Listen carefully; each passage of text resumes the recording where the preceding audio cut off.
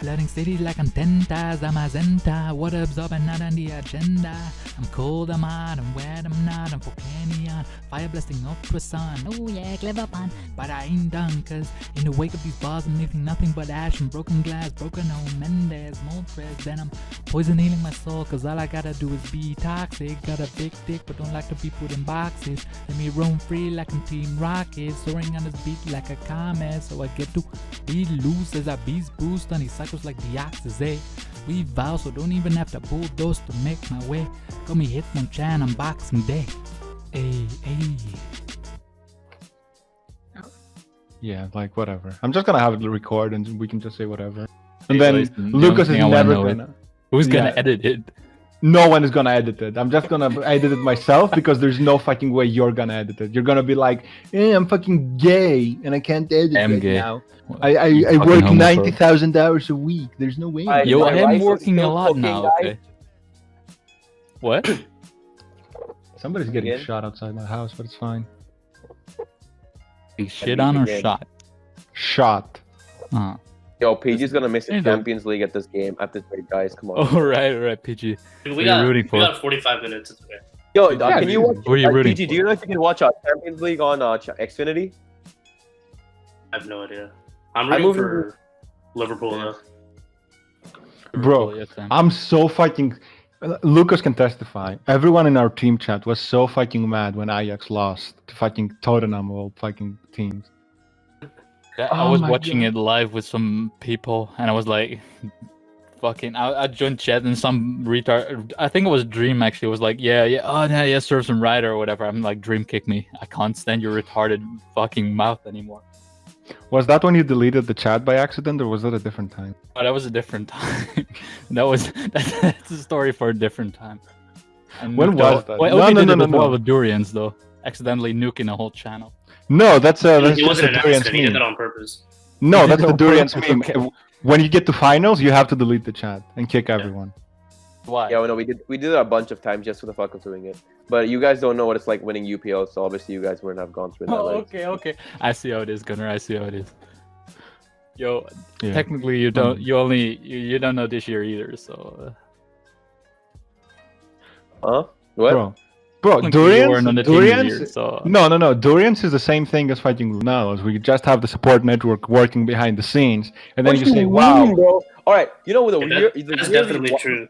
The first year we won, I had 36k messages. The second most was like 15k. I carried the shit out of that team. And now we might have like a cool network and stuff, but I don't fucking. That's become not that active anymore. Back in the You're day, the yo, cool network. Hello, you didn't get drafted. You weren't officially a manager. You No, but are the cool network now. No, you can ask any of the members this year. I did not help for shit. I used to just hop in every single week and just drop a team, but that's all I did. Everyone carried themselves this year. It wasn't my it wasn't my effort. But in the first year we played, the first UPL 5, when the legacy began, that's when I carried the shit out of all these shit ass players. You know what I'm saying? All the SEM and ORAS teams I made for the entire fucking season. And don't forget, we had BO3 that year. And I used to Gunner. I used to bust out like 10 teams a week. This is Can the we part. talk about? okay, Can go we on. talk about the Gondra game? Okay, can we just talk about all these things in the podcast? Unless it's already started. But I already made it to start recording or It's whatever. It already Like, started okay. a while ago. You can just. Oh. pause. Okay, cool. Yeah, so the Ganja game. All right, I forgot what exactly happened. I think he was playing Poek. We were Yeah, still I forgot deciding- what exactly happened either, but I knew it gave me Yeah. cancer, so Yeah, I'm still so trying to were get still that de- cured. We were, But yeah, we were still deciding who was gonna play Oras. I think Roses played 2 games and then he lost the second week, so we just decided to toss in someone else. So we tossed in Ganja. I mean, I didn't really decide who was playing what, but all I know is Ganja was playing that week. So I gave a team for. Oh my god, one sec. Yeah, I gave a team for that week. I dropped team. He ended up using the team. He did not play well with that team. That is all I have to say. He did. I guess he just doesn't. He didn't understand the tier too well, and so obviously. did he like ended up- practice or something, or it was just like, we'll see how it works out. I don't think he practiced, but yeah, it didn't work out. Alright, fair enough. That's some fair really enough. easy way to win, and he choked, right? If I remember correctly. No, he didn't. Poek played he- bad, and then Conrad was just like, fuck it, I'm gonna play worse. No, yeah, but Gondar played really poorly. He sacked Gengar. That was one thing I remember really well, where I was just like, huh? But Or that some happened, Rick and then- Waza turn where I was like, huh? Yeah, And yeah, I think he didn't Wait, play wait, me. wait. Was that Yeah, I the think game where the Scolipede got like 7 kills and 9 hazards? You pull it up for me. I don't have smoke on anymore. I I don't know. can find the replay right now. Yeah. I I got it. I ain't trying to watch the game, but like all I know is he didn't play too well. But you know, it happens. People aren't that experienced. I really feel that Benbei should have gotten a chance to play. I don't know. We just never tossed him in. In hindsight, he should have Frank is played. fire. Frank was really Yeah, active he in the didn't season as well. Yeah, I know. Yeah, we was talking Scolipede just like to killed him. everybody. Oh my god. He said he was building some shit in Sun and Moon, and he wanted to build together some like shit. I think that was like Yeah, when we were in. he wanted to play semis, Sun I and believe. Moon. Yeah, he wanted to play Sun and Moon, but Sun and Moon, I mean, we didn't really have a slot for him in Sun and Moon. I think Oras was more decent slot, especially after Mhm. Reggie cancered the first 3 weeks. So those people who don't know, Reggie tossed him, like we bought him. He joined and then he dipped for like first 4 days of UPL, and we thought he quit. But we were like, whatever, he'll probably come back. Comes back, and he's supposed to play, I think, Trout that week. And he's like, yo, I ain't playing because I don't want to get hacks. And we're just like, okay, all right, whatever that means. And then he ended up just like getting subbed out. Roses comes in, smacks Trout across the fucking mouth. Trout ends up quitting again. But basically, the rest is history. We subbed in Reggie after like week 3 after Gonja lost. And he's like, you know what, I'll play, I'll come in. And then Reggie ended up losing 3 weeks in a row. And for some reason, our Oras went 1-5. And I mean, I wouldn't say One for some win with reason. Roses with a pincer. Yeah, that Oh was yeah, also week courtesy- 1. That That was was his cur- game. That was courtesy Yeah, of me, with but then again, like Reggie ended up using 0 of the teams I gave him. Every single week, I suggested him a team. He did not use it, so I blame his losses on that. I'm just saying. But no, he got unlucky as well. Like it happens. But TDK, I think TDK's game he played with my teams, he won. So I mean, I'm just saying we were successful in Oras when TDK was playing, but not when anyone else was playing. But then again, our Oras buy was Reggie, and then he got tilted really early on. So we were kind of in the middle of nowhere. You so. know why he got tilted as well. Like he told you why he was tilted. I mean, I know, but like, I mean, that's not really an excuse. If you're gonna play UPL or any tournament for that matter, hacks is part of the game, and it sucks. And I know No. He looks at the draft. Did you guys get Ham? You got Ham, right? We got Byron, dude. Oh yeah. You got Byron. Sorry, I forgot which one. You got. I was in a call with him. When the draft was happening. He's like, "Wait, did we get Byron?" I'm like, "Yeah, you guys traded for Actually, Byron." no, He's no, like, no. "Okay, Durians don't have an aura slot." He tells me, and then he's like, "Goodbye, sir," and he closes the call. He hangs up on me. Reggie's just is a fucking moron. But yeah, I mean, Byron somehow worked out. Like Byron, I mean, I didn't know that Byron was gonna play this year. All I knew was that when we were trading him for Shake, thank God we got rid of Shake. But when we were trading him for Shake, all I knew was Byron was only gonna come into our team if he was gonna get a chance to play. And one thing, like, I mean, Byron definitely wasn't like the best SM slot we had. We were definitely rolling with PG and Anti, and the third one could have been whoever. And I didn't think that was gonna be Byron. But the reason we tossed in Byron was probably because I insisted that Byron get a chance to play, because he's been playing UPL for a while, and I've noticed that before UPL he was really motivated to play SM. He used to build every week and try his own teams and do that, while Byron isn't that player. Byron usually just ends up using teams made by others. So since I saw that motivation, I thought, you know what, let's toss him in and give him a shot and see what happens. So we tossed him in, and he didn't look back. He played really well. He He didn't use did. stall, so that was a positive also. Yeah. I'm actually PG. kind of curious what Anti was like, because for me personally, my expectations of Anti were to be more of a Poic or a TDK. From what I've seen, I don't know like how he performed or how much he practiced, but he underperformed a little, I suppose. I don't think he underperformed. I think he started off really shitty. And like the first two weeks he played, I think he lost, something like that.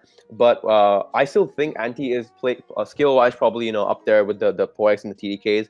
But the thing is, TDK has been playing Ubers for a while, and so has Poic. It's probably Anti's first time playing Ubers apart from like Grand Slam, the year I played him. And Anti isn't a regular Ubers player, and it's not like a tier that you just pick up instantly. So the thing with Anti was, and PG will agree with me, he just wanted to use Dick Mons every week. So that's why we used to just build and end up building shitty teams for him every single week. Or he ended up just like coming up with shitty ideas. And that was fun and everything. But definitely the first week when he played against Orch was, I think, just an eye-opener for him as well. Because he knows that everyone, and he including, knows that he's a great player.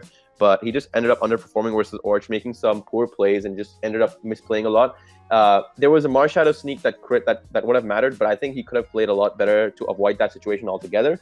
But I think from there on, blowing the Pacquiao was not a good play at all. Yeah, that was like I only really remember the Blastefagon game. Yeah, we had the But yeah, Blastefagon. He ended up. Yeah, he ended up mind blowing a Palkia when he could have just shadow balled, and like even if Ilveltal came in, it took like 1 million damage. But it ended up mind blowing, and the Blacephilon was tossed in the trash. So basically, nothing. It did nothing the entire game, even though it had somewhat of a decent matchup. But he lost, and then I think after that he started trying a lot more, and then he got pretty competent at the tier, and then he had some really good wins. I don't think he lost he won finals as well, and he won some other games as well apart from that. What's his record actually? I actually have no clue. I think it's 2-2. Oh, I think it was right. That's not too bad. That's not too bad. I was actually. I gotta. Nah, go on. I can answer. I can ask the question later. It was actually. I remember I believe it was right before the Poek TDK semis game, or the tiebreaker game. I was looking at the right after the spreadsheet or whatever was made. I was actually pleasantly surprised by the 4-1 record of TDK. I've always valued TDK highly, and I thought he was gonna do great, but I thought he was 3-2 or something, and then looked at his spreadsheet and saw 4-1 and then the 5-1 after the Poet game.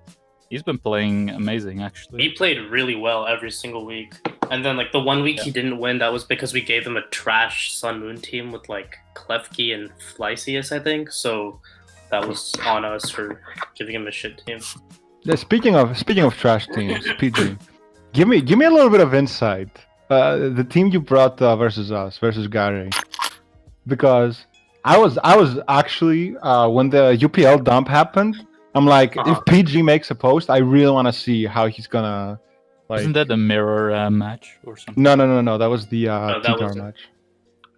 Yeah. No. Gary, in my UPL dump, I explained that was the one team choice that I've regretted over the last 2 years, because it's honestly just a garbage team. That week was the first week that I hadn't actually made the team choice at least 3 days before my game, so I was just kind of scrambling for something. I think I got it a little bit into my head as well, because I knew that Gary was probably the best Sunwind player around, so I went for a little bit more of a C team kind of thing, which I deservedly got destroyed for. The general idea was that he uses a lot of Gengar plus ground CS Yveltal kind of stuff. I saw it on a lot of his replays. So I was like, okay, let me use Lum Tyranitar plus dual status Arceus Fairy. And then after that, the rest of the team kind of fills in pretty nicely. Giratina to check the Groudons and stuff, and then Pharaoh sets up spikes, and then you sweep with Necrozma late game. But looking back, the defensive synergy on the team is just not great. Tyranitar is a do-nothing mon if there is no Mega Gengar on the other team. And I just played crap on top of that. And that was just a really awful game. I don't really know what else to say. To be fair, Gary does use, I told him as well, almost pretty much every team he poses had a special ground seas or special fog ground seas or 3 attack, whatever it was. I was like, bro, we gotta switch it up a little bit. He's like, why? It's the best mon in the game.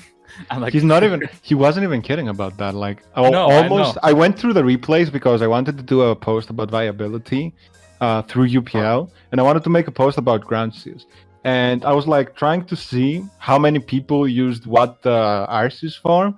And obviously, because PG, you're gonna agree that ground seals is super, super good. And most, every single replay, I think, that I saw from Gary in USM, except for one, was ground seals. I think he used Fairy Seals once. And also, I remember distinctly that most of the teams that he passed on in the team chat, either builds that he wanted to make better, or builds for the BO3 slot to use, or for solo to use, or for Lax to use, for anyone really. Most of them were built around ground seals, because he insisted that mon is absolutely broken. So at some point he's like, okay, I guess I have to switch it up. Because I mean, and that's I did do that the week after, I think, against Liru, because I knew I couldn't bring another Zygarde Ferrothorn kind of thing, because some of my teammates were actually expecting him to cheese me with webs or something. So I was like, okay, I got to bring something that's a little bit more offensive, and that ended up working out. But yeah, versus Gary, I just completely shot the bed, and there wasn't really an excuse for it. Fair enough. Yo, PG, remember that Hydreigon team I passed you? Oh, that team was sick, dude. Unfortunately, I lost my builder right Dude, before finals, so I actually don't have that team anymore. But I was laddering with it, and it's really fun to use. Oh, I should have added that team to my team dump. That team is actually fine. When it works, it works. It works really well, yeah. No, when it works, it works. But like, there's so many scenarios where you just look at that Hydreigon and it does absolutely nothing, versus like fat teams, and you're like, okay, I guess I'm playing with 5 months right now.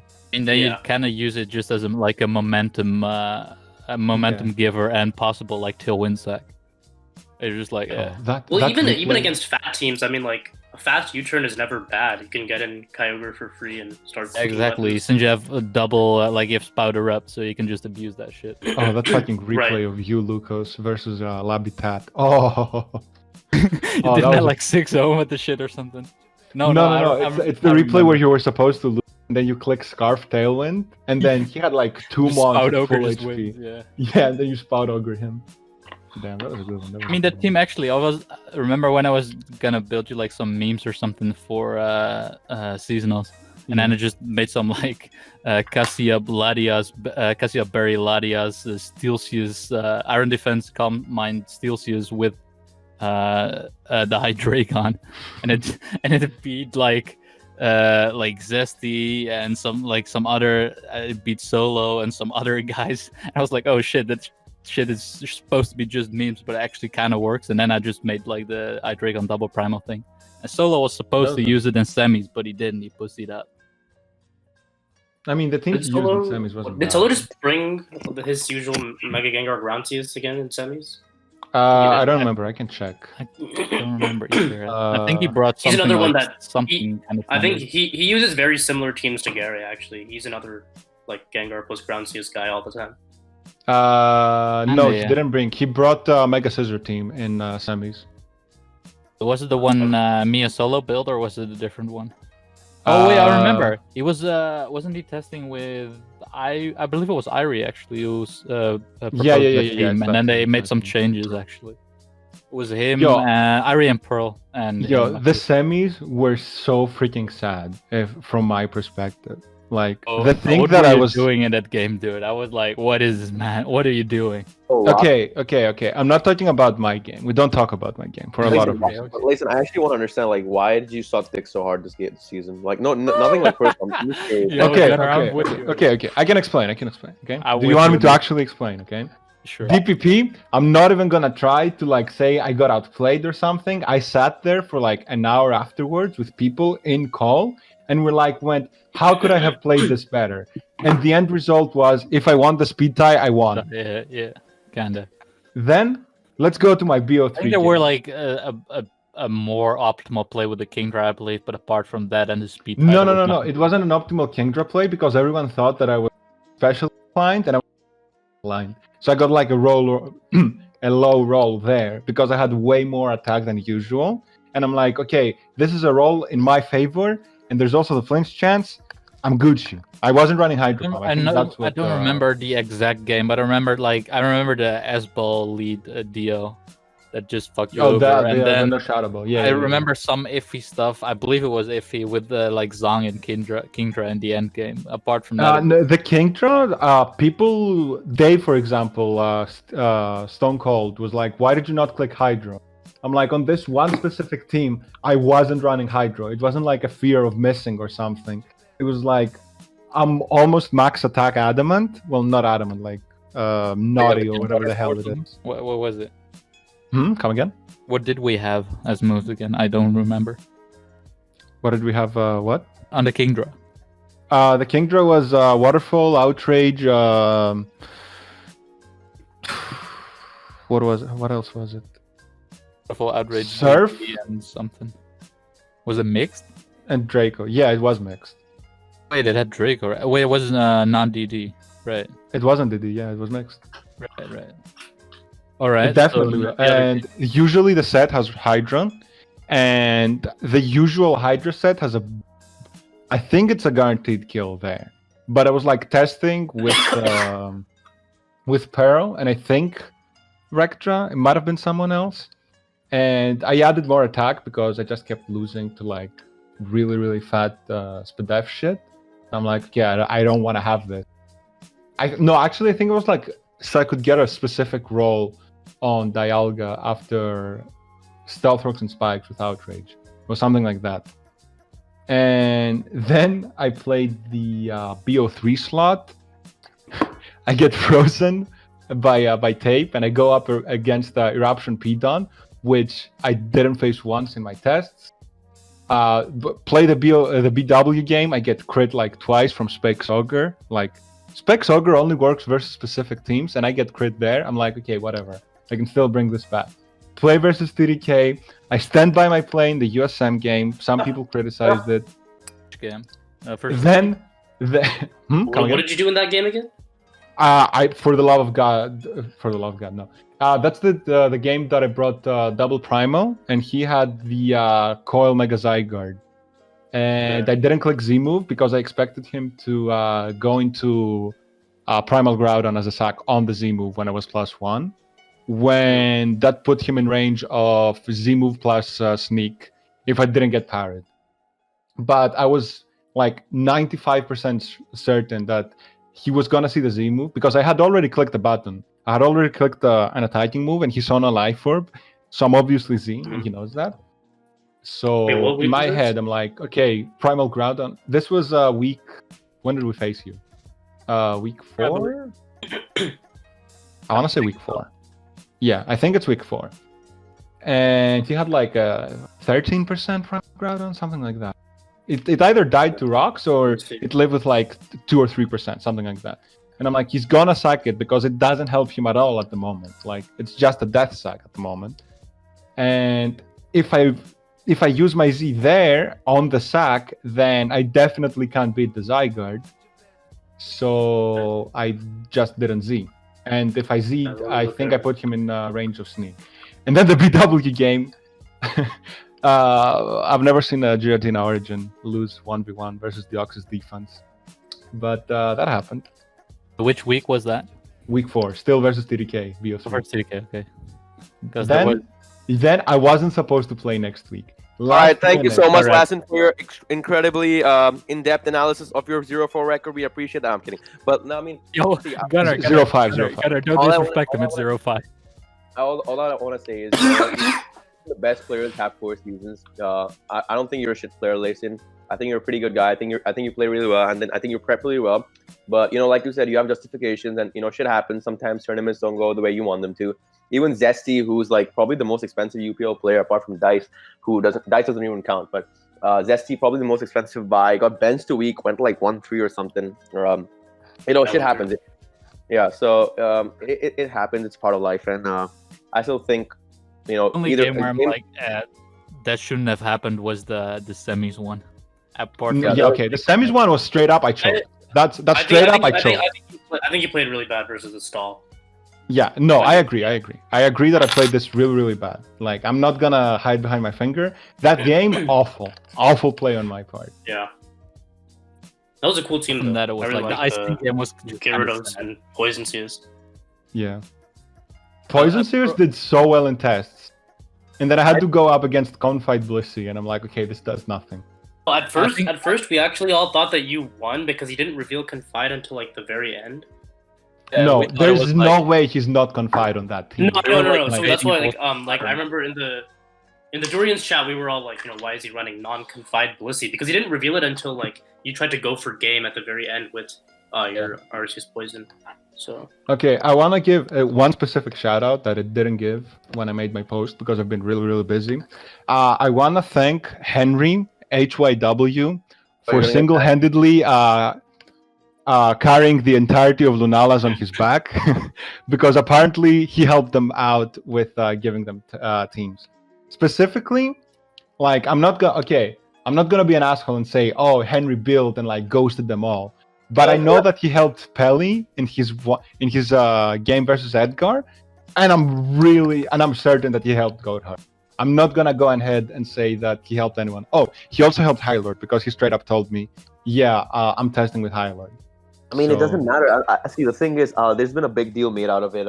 About Henry. No. I'm not saying. I'm not being like, no, Lunala's are shit or anything like that, or they had outside help. I'm like, man's legit. Yeah, okay, hear me out. So there's a lot of like problems with other people have and other managers have with Henry helping some teams in UPL just because, or hindering people, not even teams, you know, like specific people, just because they don't like the fact that he's banned. And my take on that is, he might be banned, but I don't see why it's wrong testing with him or like using his expertise. Even if a good player were to be banned, I know Henry's done some shady stuff, which is why people don't regard him in a certain way. But people get banned all the time, and like, you know, I still feel like just because he got banned doesn't mean that it takes his regard as a great player. He's still innovating the meta. He's still making dog shit teams that sometimes do well, you know. So I don't really have a problem with other teams make like testing with him or using him as an ally. It's fine by me. Like when Blue got banned, it's a pretty bad analogy, but when Blue got banned, a lot of teams were still like testing with he or she and like using them, using he or she in their team and getting help from them. But like, I personally don't have a problem with it. I think it's okay, and as long as Henry's actually helping the tier out and not cheating again, if he's part of a team Discord, I don't think he'll be engaging in active cheating. But if he's helping the tier out, he's helping by innovating the tier, making some new teams. I think it's pretty good for their tier, to be honest. Like, it's innovating the meta. Nothing wrong with that. But apart from that, I want to say something from my perspective. I was surprisingly active during finals, during the UPL finals week, even though I was traveling. But I noticed that as we were winning against Linalas, like after the second win, I think after we were 2-1 up, I feel like the team had like thrown in the towel. And I don't know the reason for this. I think they had some internal problems going on. But the team motivation, the team synergy, yeah, it really looked like something was off. And their response was just like, oh, wow, we got hacked by the Durians. Not again. Oh, wow, it's another season. Listen, I don't accept that bullshit analogy because we've been on the receiving end of bad luck too. A prime example was UPL 5 when the Lance's team just straight up hacks the shit out of us to even make it to the final. And Lance's team lucked everyone, dude. They lucked everyone. Lost, like, yeah. So that's a prime example, but that doesn't mean we get tilted and we just like give up before the series is even over. I remember Dom saying GG's in like when it was 4-1 and they still had a chance to come back. And High Lord had like really poor attitude as well. I remember when Alex Wall was playing Kebabe, he was just like, "Yo, we lost." Like I don't get how that's a really poor team synergy in my opinion, and I don't know how that happened, but because Linares was a lot more tight knit last year. And I guess probably Dom's the right person to give intel on that, but it's kind of disappointing. Really took away the hype of the finals last year, and the year before the finals were a lot closer and a lot more hype. But this year felt like we were just playing a dead team with no motivation, and you know luck tilts you. But outside of perspective, it kind of felt like that as well. Yeah, I mean, I think Gunner, you're talking about how they like seemed to throw in the towel after we were up 2-1, and I was the fourth game, I think, actually. So then obviously when I saw Goatheart's team, I was like, okay, what is going on here? Because I don't know if they decided to bring that team like after they were already down and they were like, okay, let's just like match up fish or something, or if like that was the plan all along. But yeah. I don't know. I was definitely disappointed by that game because I was like, you know, I thought we would actually bring a legitimate team and not try to just cheese me. Yeah, they were 100% using that team from day one. Okay. Yeah, I know Lunala had some internal strife though. Like there was some issues with even like Ari and Dom and all that, but there was a lot of internal strife, and it was like guys like High Lord. He doesn't really. He looks at everything very like objectively. He doesn't really have. He doesn't feel, how do you say it, like an affiliation with the team per se. He's just like, this guy's good, this guy's bad, and he'll kind of say it like how it is, even though that kind of comes out shitty sometimes. Yeah, I mean, it's not very good for the team spirit. I'm going to give the secret recipe, you know? It's not a coincidence that a team wins 3 years in a row and in such convincing fashion every year after year. The only team we've only lost a series one time, and that was this year. That was second week, you know? It's never happened before. We've tied a bunch of times, but we've never lost a series. And that type of consistency is not a coincidence. It's a formula that we repeat again and again, and it works for us. It's the fact that I've been in a lot of PLs, And the PLs outside of UPL and SPL, I've noticed that teams just don't really have a fun approach to the game. Every other PL I've played, people just build teams, play their games, and that's that. There is no outside interaction outside of their games. It's just, a weekly cycle of, okay, I'm bringing this, I'm bringing that. There's no personal interaction or, in small gun terms, it's not a jerk, And I feel that the lack of jerk really kind of hampers and a team's environment. The reason Durians are close over and over again is because we might all be friends, but we weren't friends to begin with. Especially in UPL 5, we definitely were not friends. Like UPL 5, we were all like strangers to each other. We had like M Dragon in our clan, and that can be really intimidating for a first time playing a UPL. And then we also had Kebabe, who has like 70 lines on average every single season. And then we had ZF. The jerk, I guess, was me, ZF, and Pojis, but we didn't really jerk in our chat. But we just got close as time went on. I try to make people feel welcome and at home, and that kind of really helps in a team environment, especially helps cope with losses and when a team isn't doing well. And having that environment is really essential in actually succeeding in these type of tournaments, and not really having a linear approach to the game. Because if you're not having fun with your team and in the game, you're not going to have fun, and you're not going to actually win. So this year, I think we went kind of, yeah. I actually, because my first like big PL was last year, UPL 6, and I've been in other like team environments as well since. And I'm gonna straight up say that the fact that Muckers got third place last year is a fucking miracle, because that team was literally just a jerk. If you take the players one by one, I don't think that you could have made that you could say that, oh, we have like the best players in this gen, or top 3 even in some cases. Like it's really helpful, obviously, for the BW slot, having people like Cape, who I personally have always considered one of the better players overall. Our old gens were pretty good though that year. Our Sun and Moon was kind of lacking. I think. No, actually, we had Irie. I thought Mucker's Sun Moon was good. You guys had Kyographan, Irie, and we had Peak. Okay, we had Peak, Kyographan. Peak. I want to say Terracotta. Yo, he was. Okay, we had good players, but I think it's like kind of like hindsight, because Kyographan has shown that when he's good, he's like amazing. But when he's not on his A game, he doesn't perform as well. So it's like, I already knew that though. I've teamed with him on PO even when he played black and white. Yeah, I'm not gonna call him a coin flip player, because he's honestly not a coin flip player. But like the reason Micro succeeded was because we built like a community, and Lucas can testify to that. That every single week, like it literally didn't matter what the score was. Like the attitude of the team didn't change once throughout the entire PL, no matter what happened. Like the fact that the channel remained active like 7 months after UPL 6 ended just shows that like people cared for each other. Whereas I see a lot of other team chats where like you play a game and you lose and like everyone starts jerking, but like it's not a real jerk. It's like somebody will lose and it's gonna be like, oh, don't worry, you're the best. Oh, well, let's get them, team. But nobody actually believes. There's not that amicable like atmosphere or like aura around the team. And what's really, really important, and I think this UPL highlights, I'm not gonna point any fingers, but the people who know, when you're what do you call it? When you're the host for UPL and you accept managers, you also have to accept people that have charisma.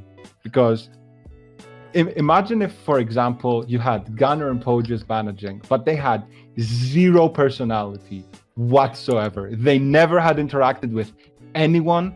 Like, they still have the same trophies and like accolades that they do right now, but they have never interacted with anyone. You wouldn't accept them. And there were some managers who I straight up looked at and I said, why were they accepted? Like, there is no excuse for some people to get accepted. But there's just, as we said earlier, the other type of jerk, which is like the authority jerk of like, oh, this person is like well known in the community, has no personality. Okay, sure, I guess we'll accept them like as a manager. So I disagree with that logic, just because you've got to understand that personalities aren't made, they're inherent. It's part of who you are, and it's just not something that you can kind of invent or come up with. So it's not like you have to go through a personality scan or a personality check before you get hired as a manager. When I got manager in UPL 5, there were a lot of questions because I'm pretty controversial, and they have to account. I mean, the host and the tier leaders have to account for that before they pick people. So I don't really think it's poor logic that you're going to select someone who might not be the most dynamic individual, but is a good player and historically has performed well in Pokemon. And I think that's what matters. Like at the end of the day, not every single team is going to have the same kind of dynamic as, you know, like a Durian or something. But I'm just saying, like, my opinion is if you kind of at least strive to have that, it's a good strategy. Now, I mean, there was a lot of controversy attached to Minority last year. And as much as I think he's a robot, I think he's got a good outlook for the game. I don't think he's a bad player. I think he's pretty smart when it comes to the game. But obviously, you know, his whole, like, he's not really a fun person to be around, my personal opinion.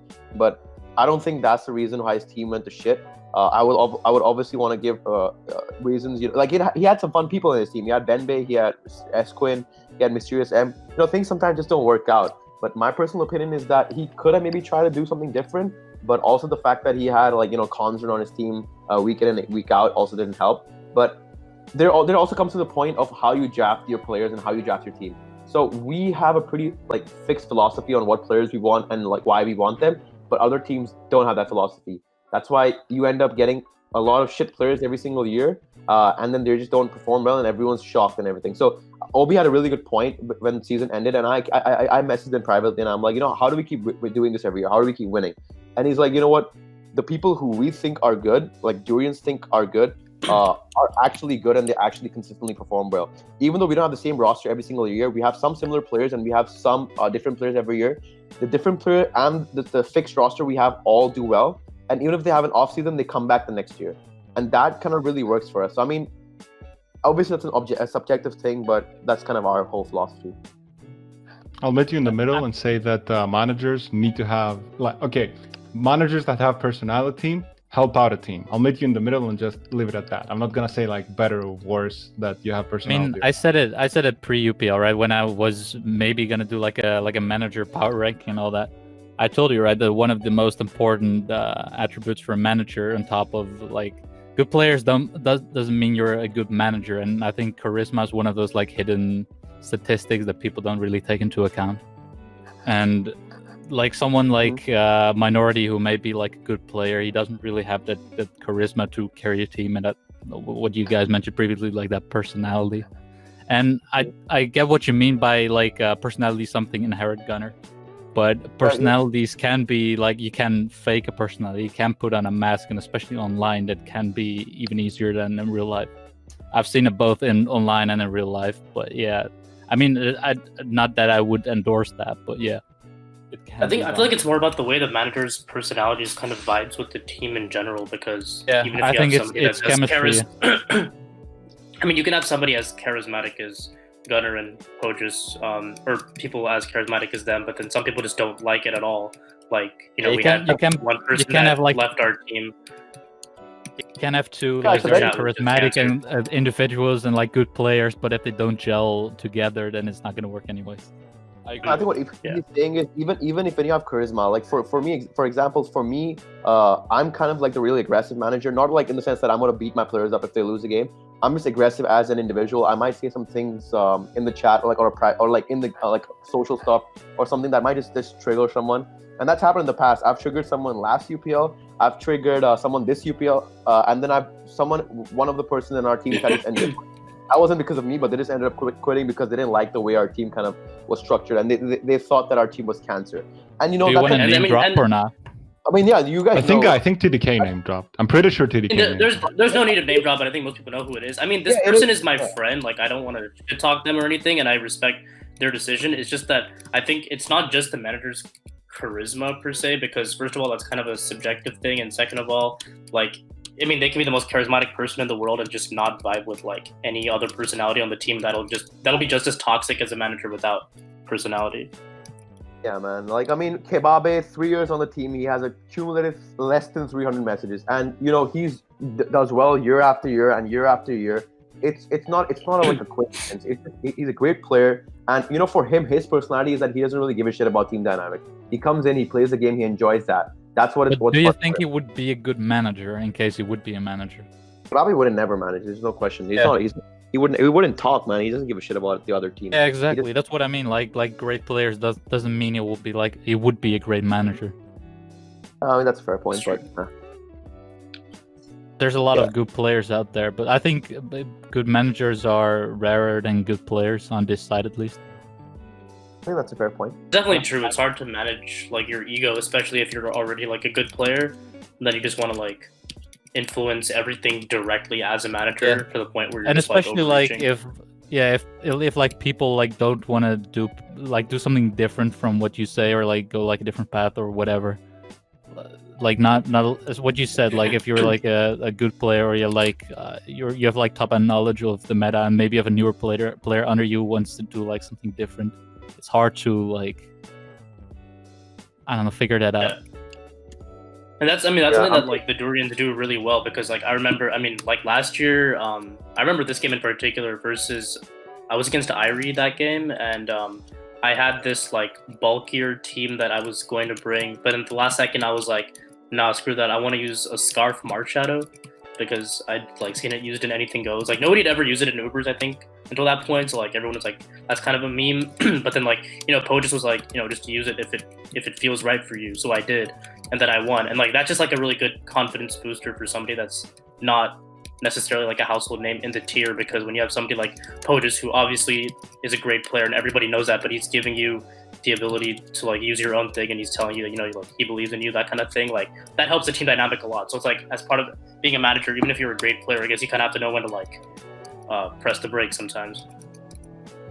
I got to be fair, I got like some like creative freedom as well from Astounded and the team to use like some stuff. There was some stuff that looks like very iffy that they allowed me to use, that I just like in the end I just decided on something else after like testing with Astounded and level and all that, and we just decided on another team. But there were like, it usually wasn't because the team was bad, it usually was more because of the player matchup and the things we were expecting them to bring, because that is like mega low punny Bronzong offense, which was actually really good, but it didn't work.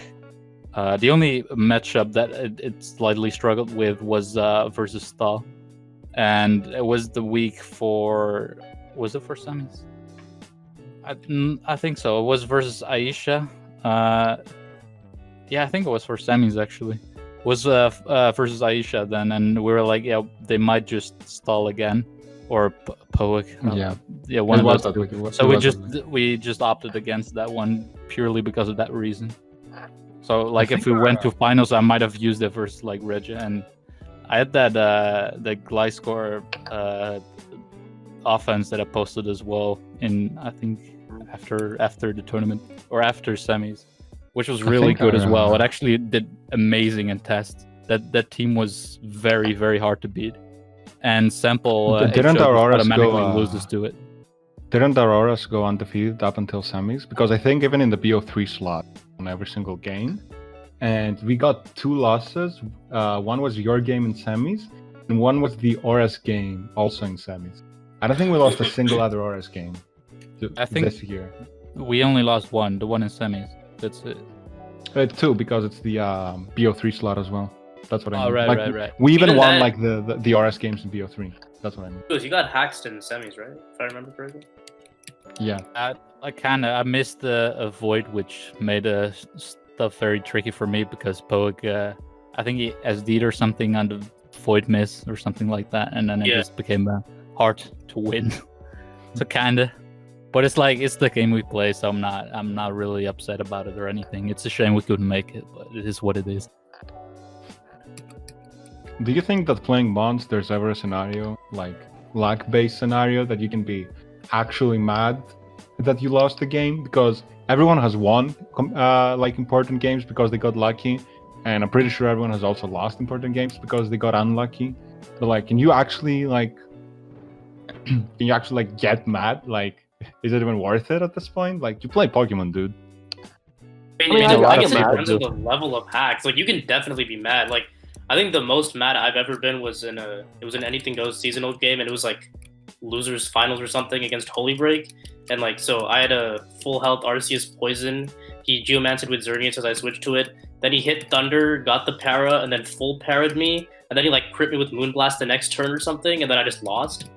And like, since that was a pretty big game, like I was really mad about that, because that was like, I think that was like a 0.5% chance of happening or something ridiculous like that. So I think depending on the degree of hacks, yeah, you can definitely get pissed. Remember, for me, like I'm fucking so paranoid for like hacking and getting hacked and missing and stuff that I actually believe that Focus Blast is an unviable move because I never hit it. I never run it on anything. I'm like, if you pull up with a team and it has like Focus Blast Mega Gengar or Focus Blast Xerneas, I'm like, either change that set or I'm not using it. Didn't you beat my my Gengar 1v1 with an Arceus without a ghost move? the leftovers. Yeah, because I missed like 6 in a row, and you just kept recovering. Yeah, and it did like 70 max or something. Yeah, it did like, 70 max, so you like recovered like. It was like 56 or something. 58 min roll or something, or 56, and then you like missed 2, got a min roll, and then missed higher roll, missed another one. It's like I remember when Pearl said like for that Arceus you deserve the fucking electric chair. And Arceus is that's a wild one.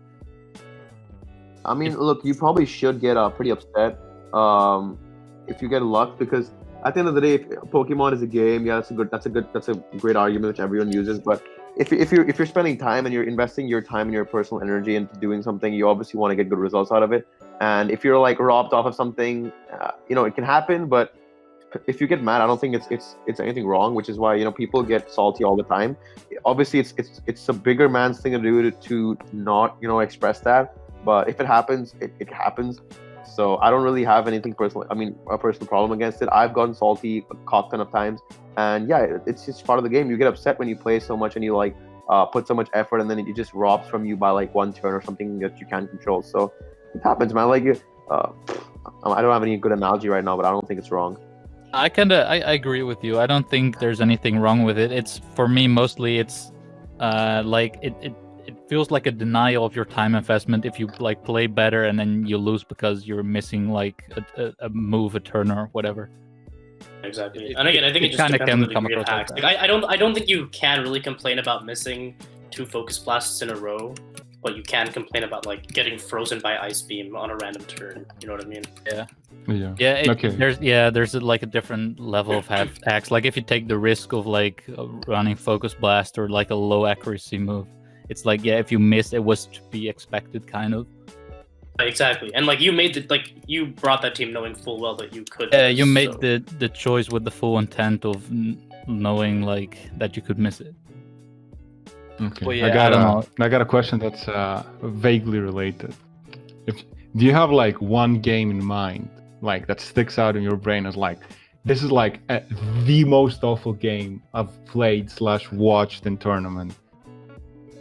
I remember the Gary, I believe it was like week 1 or 2, Gary versus RDKB. It was week 1, yeah. That's not the one I have in mind. Yo, that was a really bad game because Gary I think at some point he just stopped switching and he just pressed buttons, and RDKB started making unnecessary doubles and he just started getting like blasted. I remember he got played like, the game lasted like 25 turns and he got outplayed 22 out of like 25, and the other 3 were just like neutral turns. I was like, oh shit, this is like, I remember going like the toilet real quick. I came back and I just saw an Arceus ground drop to an eruption. I'm like, okay, this is gonna be a good one. Okay, the one game I have in mind. Okay, it's not a game, it's a BO3, and I hope Lucas understands which one I'm gonna bring because it's from last year, sorry. UPL Irie FLCL one. Irie FLCL. I have never seen a man play a BO3, win 3 games, but lose the series. That was the most disgusting game I've ever seen. So, for the people who don't know, I mean, Irie's internet was horrible, so he got like timed. He won, but he forgot to send out. Game one, he wins, and he didn't send the TOs, or tier leaders or whatever. I don't remember where he was supposed to send it, but he didn't send the teams. In game 2, he disconnects, or he couldn't click any buttons for one reason or another when he was like in a winning position, so the series gets tied. And because Irie wasn't online at that moment, it was still early in the week, we get sent to game 3 that gets played later. Irie absolutely wins that game up until the point where he has to click Origin Pulse with his Ogre versus a Ground Sears to win. He clicks it twice, both times he misses, and then he gets hit with a GG at the end when his win condition just straight up just died to absolutely nothing. That was the worst game I've actually ever seen. So I made this kind of lengthy, so any games that PG or Gunner have in mind that are like awful, maybe even you played them, I don't know. I guess I kind of shared it when I was talking about how I was mad about hacks. That's probably the worst game that I've experienced. Anything goes on. GunnerRohan that. Gunner, you have anything? I was AFK. Sorry. I just want to say one thing before we round everything up. I want to ask you guys, what do you think is the future of Ubers, and where do you see it heading, and what is your opinion on that? If the tier leaders don't change certain things, I don't know. Like, I just feel like the tier is dying by itself because there's less interest, and I don't really know if there's a clear-cut answer to the tier becoming better or worse. Like, I just think it's declining, and if you ask me, I don't know why. Like, straight up. I think like players like TDK and pros say like Sun and Moon is like one of the most fun Sun and Moon metas for them or whatever. I think UPL, the interest in UPL is kind of increasing. Like if we look at like last year, the year before even. I agree. But Ubers as a whole might be declining. It really depends on like what Gen 8 has in store as well. If it's just gonna be like, oh yeah, which fucking broken ass Pokemon can we now put into Ubers, like Mega Zygarde and Mega Rayquaza, even though that got banned. But, I think also like it really depends. I also want to say that I think Mega Mewtwo would make a good co-tier leader. I think he's like a respectful, chill guy to talk to, very approachable. He's been getting heavy into the Sun and Moon meta. He knows a lot about old gens. He's respected. I think it would make like a good co-tier leader. Yeah, I can see that. But, do go ahead with what you wanted to say before, PG or Gunner. I mean, it may just seem like Ubers is declining a little bit right now because a lot of people are probably just kind of sick of like, Ultra Sun and Moon. Like, this meta's just been going on for too long, and I feel like Ubers just hasn't changed for a long enough time. Obviously, like, I mean, I wasn't here, like, I wasn't even, like, part of, like, Smogon at all during, like, older gens, but, like, that could just be a reason why we have such, like, decreased forum activity, like, at least over the last 6-7 months, maybe. It's just because, like, people have kind of exhausted a lot of the things that they want to say about viability rankings, about new sample teams, or like even like new memes to use in the metagame. I just feel like everything's been exhausted almost at this point. Because you brought that up, I want to ask Gunner and Lucas, like, auras drastically changed, like from beginning to end. Because I wasn't part of Smogon, so I'm like, you had teams like Absolute Control at the beginning of auras, right, which were considered super duper good. But nowadays, I don't see teams looking like Absolute Control anymore. I see more teams looking like Sample HO, like as far as team building process goes. Like, so, and I don't really see that with Ultra Sun and Moon. I think it like remained more similar from beginning to end than it did with Auras. Like, maybe you can... Best playstyle in Sun and Moon is leans more towards like the balanced semi-stall kind of thing, while in Auras it's definitely offense. Okay, my opinion is so when Absolute Sun was made, Absolute Control, whatever was made in 2015, the meta has changed from 2015 till 2017. I think from 2017 onwards, the meta. I mean, obviously there's some changes, and it's teams have changed, some sets have changed, but there's no drastic change. And I still feel like if you were to use a team from 2017, which I still do with most of my teams, you can still be successful. But obviously, but the meta does change. They're different sets, but drastic change, I wouldn't say so. From 2015 to 2019, definitely yes. A lot of the balances that they made back in the day are not as functional anymore. And I guess you can attribute that to the kind of offensive playstyle that RS has taken in. And a lot of the different sets that have been invented in Sun and Moon have transitioned into RS as well. So that's kind of the nature of things.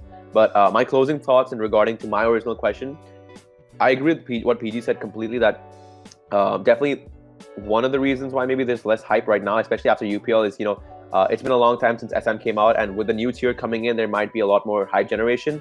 And the only thing I want to say is definitely that you see it year after year when other tournament players play our tier. This year it was Pearl, Anti, TDK, and then Poex, a regular player as well. Lax as well, Lax. I mean, I guess, but he didn't play that much anyway. But we just see it.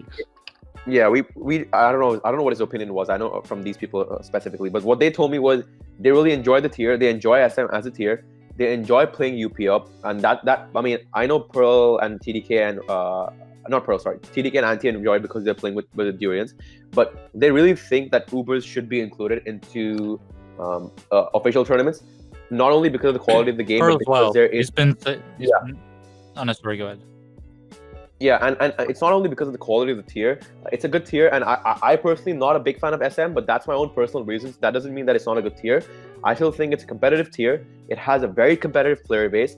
If you were to announce an Ubers tournament or an Ubers official tournament, like if you were to say right now that Ubers is 100% in Snake, I guarantee you we can get 10 more than competent players for Snake. Now the thing is, the fact that we keep getting axed again and again obviously is going to take away some momentum and hype from the tier. When Ubers was in SPL back in the day, SPL 8 when I played, there were a plethora of players. There were too many players that we could even accommodate into SPL. And you would notice that there was like 2 people playing from the tournament community in Ubers for SPL. And that was Mazar and then Faji, and then in the original draft there was only 1 guy, and that was because Amfuga drafted some unknown player. Apart from that, there were 9 well-known, well-established Ubers players. And the thing is that kind of trend can still continue, but otherwise you'll see in most other tiers, usually some very well-known tournament player just picks up one of these tiers and starts playing them. There is no specific tier main that plays that tier. The reason why Uber keeps generating these players is because it has had a variety of players playing it from day one, and we have a fundamentally pretty big player base. It's just that the lack of tournament, pushes them away from actually playing the tier regularly. And obviously that because of that, people like Podis and all have moved to other tiers and they enjoy playing other tiers a lot more. Same goes with me as well. I wouldn't play Ubers and Snake ever. I'd probably play another tier because I don't enjoy it as much. But that doesn't mean that it doesn't have enough players or enough people who actually like the tier. And my closing remark is, I don't think a bunch of people who have tried to taint the name of a tier should kind of define the name of the tier and the entire tier in general. I know it from a tournament perspective or a tournament director perspective, the fact that the Ubers Open was rigged twice would definitely kind of raise eyebrows and obviously raise questions. But I do not think that is a solution to this problem. We might not have evidence and everything against someone like the Trap God or whatever, but just like the kind of strategy we had this year of just not making a conscious decision of not buying these players who've shown in the past to be affiliated with some sort of cheating scandal, that is the way to go. I think that really came out successful this year. We didn't have there were no eyebrows raised. There was only 1 alternate tournament, and that got caught pretty early on. But just if you have these kind of strategies going on, I think the strategy employed this year of you have Okanas be more than 3 months old to be in UPL, I think it's fantastic. It definitely really helps a lot. And I think Ubers is making changes. Ubers is trying their best to be as inclusive as possible. I think Neros is doing a pretty reasonable job. I can't really judge him or give him a rating because I don't know how I would do as a tier leader myself. But I think he's doing a reasonable job. And it's just that tournament directors have to be open-minded. And, I get it that it's tough from their perspective. But the fact that Ubers is definitely making changes again and again and again, and again trying to be more inclusive, making these changes and making these drastic changes that doesn't allow for cheating, is really a good step. And I think that eventually, somewhere down the line, tournament directors have to be more open-minded about including Ubers. And that is the end of my monologue. Thank you. All right. Problem, Gunner. Gunner, what do you think about Snake the possibility of an Uber Snake existing, which is like another UPL kind of format-ish kind of tournament, which should technically generate about as much hype as UPL gets? I don't get what that means. That's just Snake though.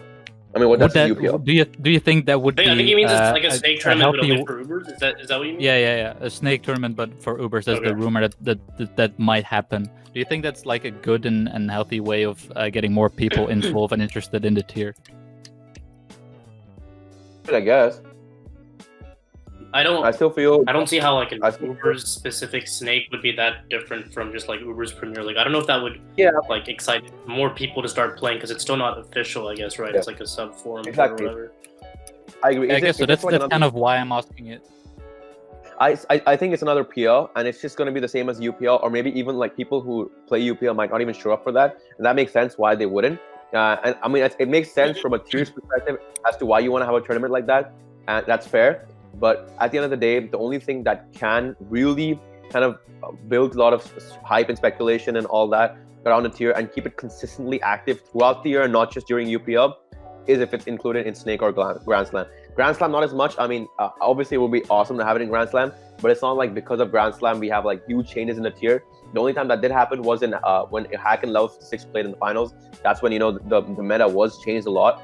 But apart from that, I think Snake Draft definitely makes a huge difference. And if Ubers is axed out of Snake Draft, it's going to really affect the tier like a lot. So I hope that doesn't happen. Do you have any official word on whether it's going to be like excluded for sure? Or I mean, the status of Snake hasn't been decided yet, so we don't know anything yet. But I mean, I'm hopeful, and I hope that if there's any tournament players who enjoy the tier and who play the tier and who really like the tier, they'll take a stand and they'll give their opinion about the tier, and then they'll actually kind of try to advocate the tier being included into official tournaments again. That would be great. But I personally don't think that they should. They can or they will axe it out of Snake. The reason it was axed out of Grand Slam was because of the cheating that happens again and again and the rigging, and that makes sense. But obviously in Snake, you can't really rig anything. You're not gonna buy an alt or whatever. They have rules for that. So I don't see why it would be axed out of Snake. If it is, then that's 100% biased, and that I would not be okay with. But for Grand Slam, I can understand the precedent and as to why what the decision was behind axing it. I also want to say, by the way, it's kind of off topic, but a lot of, especially this UPL, I've been talking to Hack and like some others as well, and they've been kind of like saying like creativity is kind of like dead, especially like in tiers or rest. But they say like Sun and Moon either is dead or it's not really explored. I agree with the unexplored part. People like Gary's been using like the same like Ranciest stuff like with a different flavor of the month or of the week, even like over and over and over again. I feel like there's a lot of like Pokemon and combinations and just moves and everything that's just like very unexplored. And I think the same for Ores. I think there could be a lot more creativity in the tiers, and I think creativity is definitely not dead, but it's just not shown, sadly.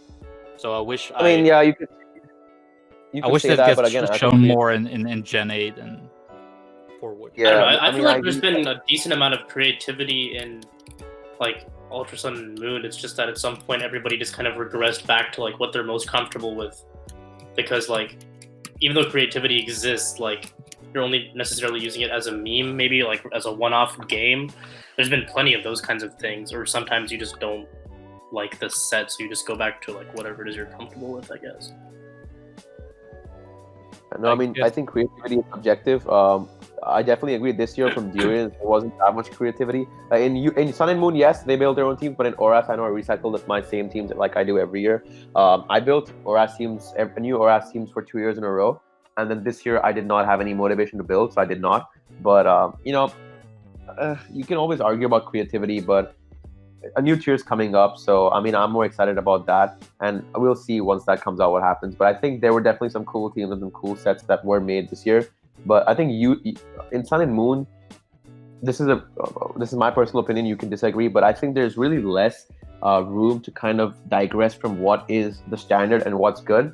Because if you don't kind of incorporate that into your teams, like what's really good, you're definitely going to lose and you're going to get punished, because it's the amount of kind of offensive threats you have in the tier. It's really hard to counter them without having a similar core as to what most teams have, which is why you won't see much creativity, or else you'll just end up seeing some dog shit, strategy like the one which Goat Hard had in the finals. Some really stupid offense that just has a really very cheesy strategy. But if you want to build a solid balances and like a good team with a stable core, then you definitely have to kind of stick to what is the norm. But you definitely see some new sets here and there, and that happens. But I think that's kind of the nature of the game we play. Yeah, I mean, I think we had a decent amount of innovation. I think last UPL there was like some good stuff that like started being used. Like Scarf Ho was also a relatively recent phenomenon. I think like at least in Sun and Moon, like it's more about like sets that like people are innovating with as opposed to mons. Because like Gunner said, like you cannot just use like dog shit like Blacephalon every game and expect to come out with a win. It's not gonna happen. Yeah, it's just a matter of power creep. So anyway, I think to add a small tiny bit to the creativity thing I've said though, I think there's been especially in like some of the older gens, there's been a decent amount of creativity this UPL, but it's mostly outside of that UPL, I guess, where the creativity is lacking and just in general in the tier.